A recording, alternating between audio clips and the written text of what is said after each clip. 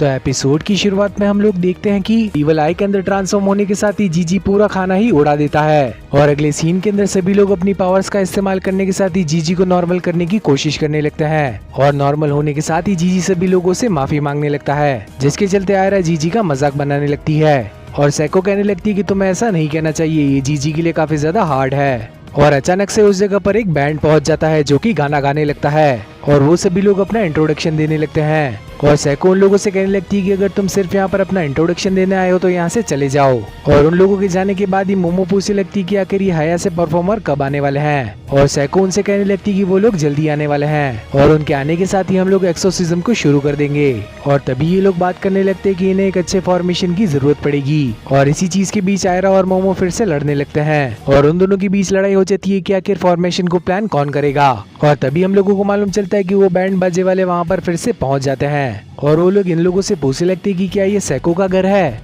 और सैको कहने लगती है कि घर है तो तुम क्या कर लोगे। और वो लोग सैको से कहने लगते हैं कि हम आपकी रिक्वेस्ट को फुलफिल करने आए हैं, हम लोग ही हैं आया से परफॉर्मर्स। और ये बात सुनने के साथ ही सभी लोग वहाँ पर चौंक जाते हैं और अब यहाँ पर एक्सोर्सिज्म की सारी तैयारी शुरू हो चुकी थी और वो जो परफॉर्मर थे वो एक अजीब सा रॉक एंड रोल म्यूजिक बजाने लगते हैं और उनके उस गाने को सुनने के साथ ही ये सभी लोग उसके मजे लेने लगते हैं। और तभी जीजी के अंदर भी वो ईवल आई रोने लगती है। जीजी के अंदर से ईवल आई की स्पिरिट एक्सट्रैक्ट हो रही थी और इसी वजह से वो दर्द से काफी ज्यादा तड़पने लगता है, जिस वजह से सैको मोमो से कहने लगती है कि तुम अपनी साइकिक पावर की मदद से इसे पकड़ लो और मोमो भी बिल्कुल ऐसा ही करती है। लेकिन जीजी अब चीखते हुए कहने लगता है कि प्लीज ईवल आई को मुझसे अलग मत करो, अगर तुमने उसे मेरी बॉडी से निकाला तो वो मर जाएगा और मैंने उसके साथ वादा किया है कि मैं उसके साथ खेलूंगा। वो हर समय से एक ऐसा इंसान चाहता था जो कि उसके साथ खेले। वो काफी लंबे समय से अकेला था और उसका सपना था कि कोई आएगा और उसके साथ खेलेगा और जब उसे लगा कि वो आजाद हो चुका है तभी उसे मार दिया गया।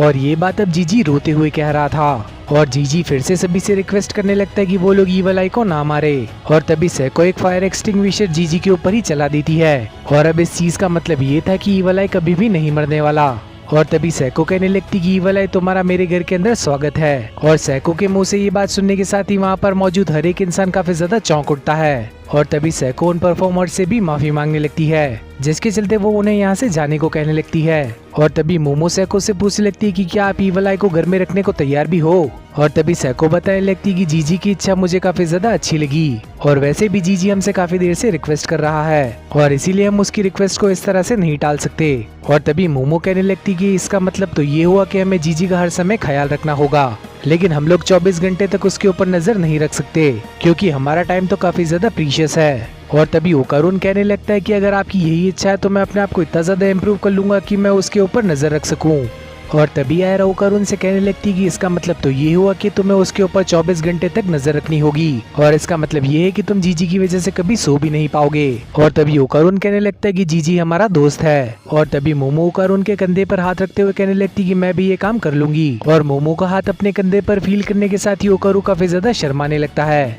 और ये चीज अब आयरा को बिल्कुल भी नहीं पसंद आती, जिस वजह से वो मोमो से लड़ने लगती है। और अचानक से उस जगह पर बारिश शुरू हो जाती है और तभी जीजी ईवल आई के अंदर ट्रांसफॉर्म हो जाता है और तभी ईवल आई ओकारुन के चेहरे पर एक जोर का मुक्का मार देता है। और अगले सीन के अंदर हम लोग देखते हैं कि जीजी सैको से माफी मांग रहा था और घर पहुंचने के साथ ही सैको जीजी को एक रिचुअल के बारे में बताने लगती है और उसे वो रिचुअल अपने सर पर हाथ रख कर करना होगा और इसको करने की वजह से ईवल आई शायद उसके कंट्रोल में आ सकता है। और तब हम लोग देख पाते हैं कि ओकारुन जीजी की रात भर मदद कर रहा था और अगले दिन सुबह ये सभी लोग ब्रेकफास्ट करने लगते हैं, जिसके चलते आयरा ओकारुन और मोमो अपने स्कूल के लिए निकल पड़ते हैं। और स्कूल जाकर मोमो अपने दोस्तों से बात करने लगती कि उसे एक पार्ट टाइम जॉब की तलाश है और सभी लोग इस बारे में बात करने लगते कि आखिर उसे ये जॉब कहाँ पर मिलेगी। और फाइनली ये लोग मोमो के लिए एक जॉब ढूंढ भी लेते हैं, जिसके बारे में हमें आगे मालूम चलेगा। और तभी मोमो के फ्रेंड्स ओकारुन के पास जाने के साथ ही उससे बताने लगते हैं कि मोमो को एक जॉब मिली है, तो क्या तुम उसके बिना भी स्कूल से घर चले जाओगे। और ओकारुन उन्हें बताने लगते हैं कि वो मोमो के बिना भी घर चला जाएगा। लेकिन अगले सीन के अंदर हम लोग देखते हैं कि मोमो के दोस्त ओकारुन को उठाकर मोमो की जॉब पर लेकर जा रहे थे